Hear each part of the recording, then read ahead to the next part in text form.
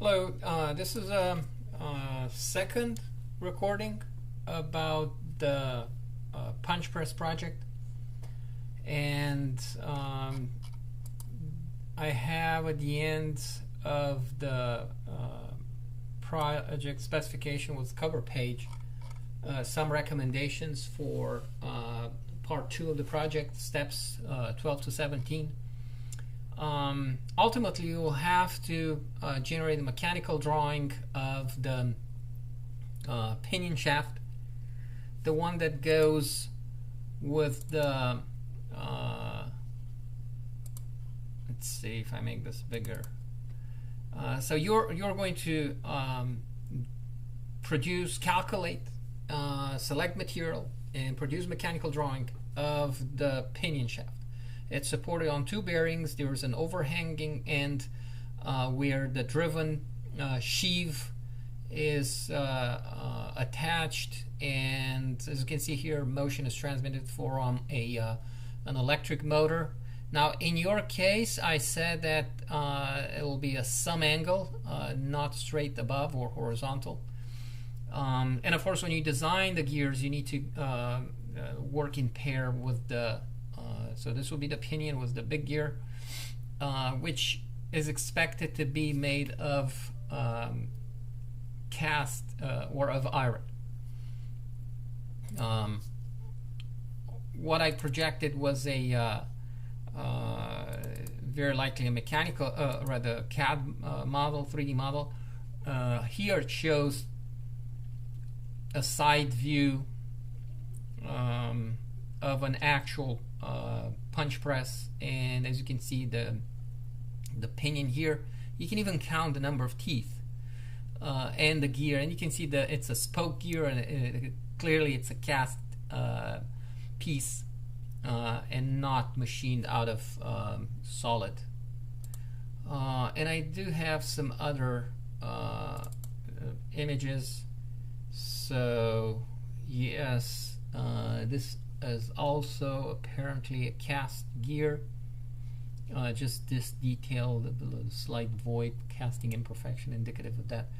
And yet another one, although this the gear is shielded. And another one. Okay, so gear. You are going, as mentioned in the project specifications, you are going to follow from chapter 9 in Mott's book, the sample problem 9.7, which relates to earlier problems. I'm making recommendation of the materials for the shaft and the pinion. Again, the pinion is solid with the shaft. This is how it will look like. Bearing at A, bearing at C. Again, the shaft solid, you don't have to have any kind of assembling, and that affects a number of coefficients you'll see. And then the driven sheave is here. You can only estimate how wide some areas of the shaft would be, but overall the length, it should be short in order to maximize stiffness. You will have to select bearings, the common deep groove Conrad bearings, and the angle at which the belt is oriented, it's a design specification. So this angle alpha, it's something that you have selected. I said between 50 and 80 degrees. I wanted to make sure that is at other than straight vertical, straight horizontal. Okay, so let's go over quickly the chapter 9, and you learned about spur gear geometry and force calculations in mechanical systems when designing shafts. The forces that happen during gearing are the tangential force. This is the power transmitting force. This is a normal force, both summing to, or the radial force, the radial and tangential force, they sum up to the normal force to the tooth flank. And there are equations to calculate them based on the torque transmitted or power and RPM transmitted. And you have the motor selected, and you know the pinion shaft RPM once you have the diameters of the belt sheaves and number of teeth selected. Okay, so when designing or sizing gears, your concern is on two effects. It would be the bending stress and the contact stress. Okay, and both are applied repeatedly and cause fatigue. And while you can design for infinite fatigue life for bending, when it comes to contact stress, there's nothing that can last infinite life, or rather, based on experience. And the conclusion towards the end of the chapter is that the contact stress happens to be the one that's ultimately going to fail the gear. There are some specific terminologies. So in gear, when sizing gears, when designing gears, we talk about stress numbers, bending stress number. We're more familiar with bending stress, but here it's called bending stress number. And then likewise for contact stress. Okay, and bending stress number is function of several parameters. One is the tangential force, size of the gear through the diameter of pitch, width of the tooth. So a wider tooth will be like imagine a dive board. If you make it wider, it will deflect less and we'll see less stress. Likewise, a tooth of a gear is a cantilever short beam. And then this is a geometry factor introduced originally by Lewis, was called Lewis form factor. It was adjusted to account for the stress concentrator that exists at the root of the tooth, and its function of tooth geometry, which is function of number of teeth. Okay, and you have here some diagrams. So number of teeth, and then number of teeth of the mating gear, and then the factor, geometry factor, is extracted from here. This is for the more common 20-degree pressure angle or rake angle. Standard addendum means that is full depth or whole depth, and there's no addendum modification. Okay, and all these are collections of norms and standards managed by American Gear Manufacturing Association. Okay, so the diameter pitch, you're going to select it from this chart, and you have the pinion speed, you have the power transmitted, and you can select the diameter of pitch or the module if it is the case. So that will help with clarifying this part of the equation. And then torque transmitted, we learn how to. And then there are recommendations how wide the gear would be. If it's wider, it's more sensitive. The pinion is more sensitive to shaft deflection. And all these factors, overload factor, size factor, load distribution factor, ring thickness factor, and dynamic factor, the book explains how you select it. Here's how you recommend its function of diameter pitch. Not too wide. On one hand, I said that's sensitive to deformation. And then overload factor based on the type of loading. And then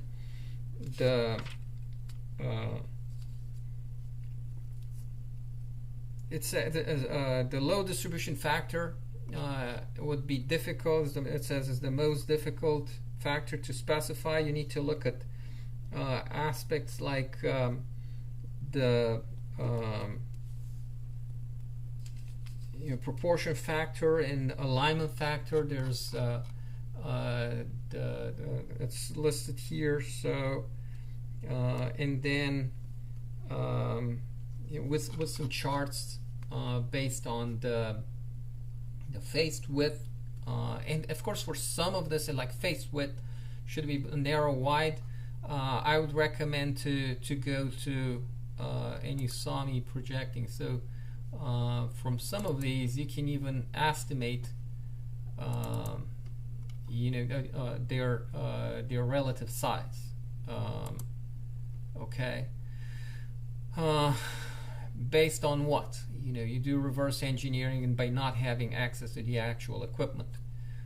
Maybe guessing the size of this button and then looking at the I don't know, we don't, maybe I should back off a little bit. So it's ideal if you have an existing equipment of a competitor, you want to start a line of new products, you inspect what they have. Otherwise, you just follow general recommendations. One thing is clear, is that the pinion is going to be wider than the gear as a rule. Pinion is wider than the gear, and you, I'm sure you appreciate that. The fact that the pinion tooth is going to experience more load cycles than the gear tooth, because there are fewer number of teeth on the pinion. But you can count how many teeth the pinion has, how many teeth the gear has. You can get some idea of how wide the rim is, although the book lists some recommendations. Okay, so the rim thickness factor, that will be for the gear but not for the pinion. Your pinion is going to be solid with the shaft, so no complications like the effect of the key. Okay, and then there is a dynamic factor that's based on the gear quality. There's precision of machining and finishing the gears. There's some quality numbers, A1 to I think it's 11, and like I said, follow the sample problems and use the charts and the recommendations available. Accuracy means expensive. Definitely a punch press does not, or fabricating components that are too accurate will be too expensive for the expected job. Okay, and then there's the I said that for in addition to bending stress, we're looking at a second type of stress, which is contact stress. Contact stress is based on Hertz contact theory. Radius of curvature affect the contact stress, as well as the length of contact. The type of material, you can see here Poisson ratio and Young's moduli of the two materials in contact. And then, so we knew some of these, steel is in general 30 times to the power 6 megapascals. And then we have for the contact stress number this equation 923, and so we have the width of the gear, the diameter of the pitch circle, and then some of the factors are repeated here. So you have them established for bending stress number. You're going to reuse them here. The elasticity coefficient is new, and its elasticity coefficient is this equation here. Makes use of the two material properties of the gear and the pinion, Poisson ratio, and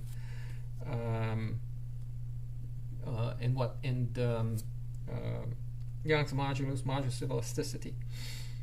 And then we have, like I said, the the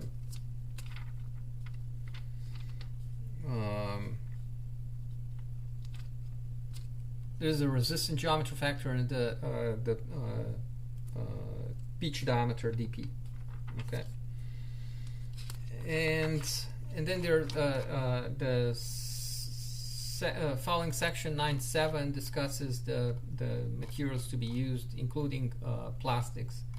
Although I said us, we're going to use steel for the shaft and iron recommended. It doesn't mean that you have to necessarily use iron.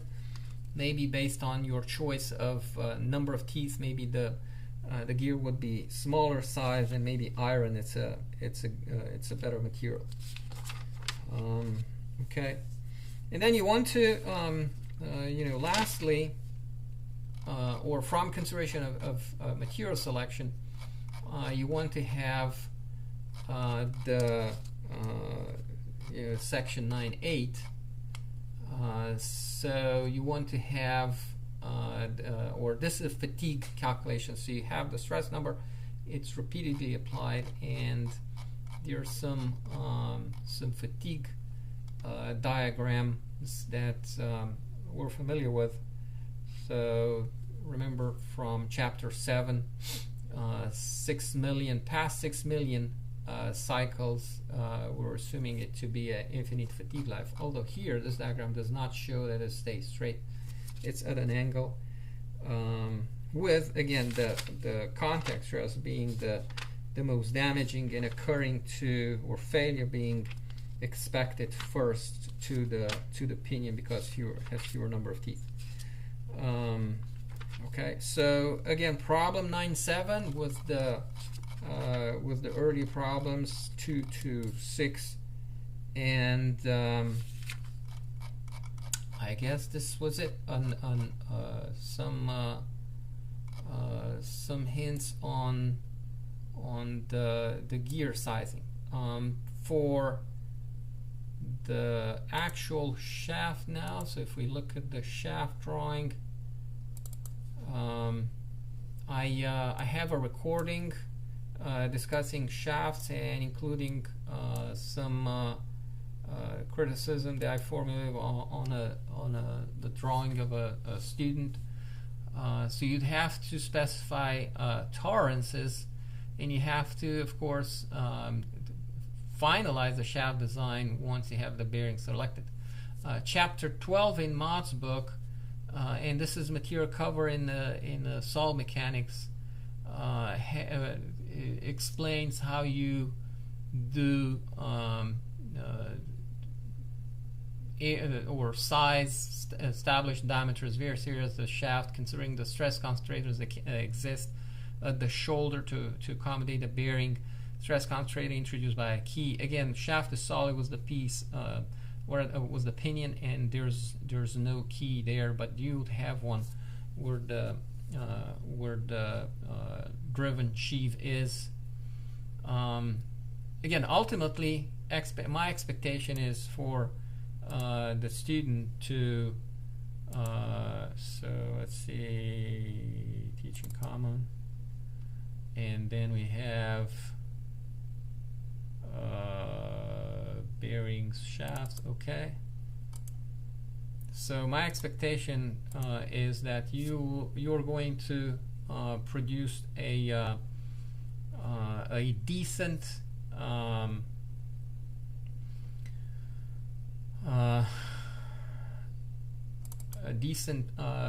pinion shaft, and I brought up this. It's from a Romanian source, which is very close to what you have. Don't forget the centering holes. Don't forget the tolerances. Don't forget the surface finishes. Okay, so it's a separate recording where I discuss shaft.